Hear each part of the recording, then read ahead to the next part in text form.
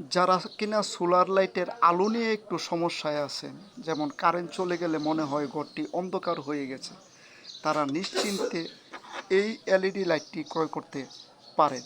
এটি দেখতে একেবারে পিসি ড্রাইভার কারেন্টের লাইটের মতো মনে হলেও এটা হচ্ছে 12 এবং 24 ভোল্টের ডিসি এলইডি লাইট। এটার আলো কারেন্টের 10 ওয়াটের সমান আলো, আর ডিসিতে পাওয়ার লস করে 10 ওয়াটই। তো আপনারা বুঝতেই পারছেন এটা পাওয়ার একেবারেই কম লস করে, কিন্তু এটার আলো অনেকটাই বেশি।